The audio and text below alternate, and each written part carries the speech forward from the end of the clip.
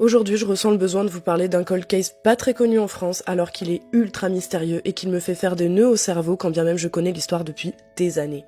On va parler du cas Gareth Williams. Donc Gareth Williams, c'est un Gallois de 31 ans au moment des faits, il travaille pour les services secrets britanniques et donc dans le cadre de son travail, il voit passer pas mal de dossiers sensibles, liés notamment au blanchiment d'argent, aux réseaux criminels internationaux et à certains flux financiers russes. Or, en août 2010, on retrouve le corps de Gareth sans vie dans son appartement.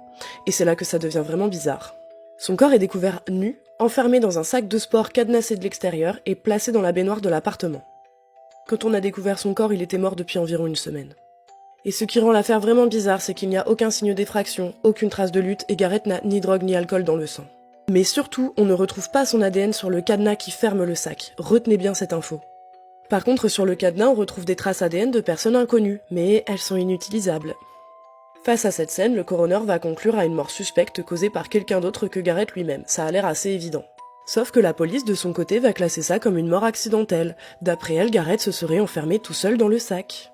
Déjà, c'est hyper chelou, genre pourquoi il aurait fait un truc pareil. Mais surtout, personne n'a jamais réussi à reproduire cet auto-enfermement dans le sac. C'est impossible de mettre le sac dans la baignoire, puis d'entrer dans le sac, puis de fermer le sac, puis de verrouiller le sac de l'extérieur avec le cadenas, tout seul. Donc forcément, les théories ont explosé. Est-ce que c'est un jeu qui a mal tourné? Est-ce que c'est un meurtre? Est-ce que c'est un accident? Mais la théorie qui revient le plus souvent, c'est celle du crime commandité par la Russie, parce que Gareth faisait un métier sensible et qu'il mettait pas mal son nez dans les affaires russes illégales. Aucune preuve n'a jamais confirmé cette théorie, mais en même temps la conclusion de la police britannique selon laquelle Gareth se serait infligé ça tout seul est tellement ridicule que beaucoup d'internautes trouvent que ça ressemble à un complot. Aujourd'hui encore, la version officielle veut qu'il se soit mis dans le sac tout seul, mais personne n'arrive à expliquer comment c'est possible.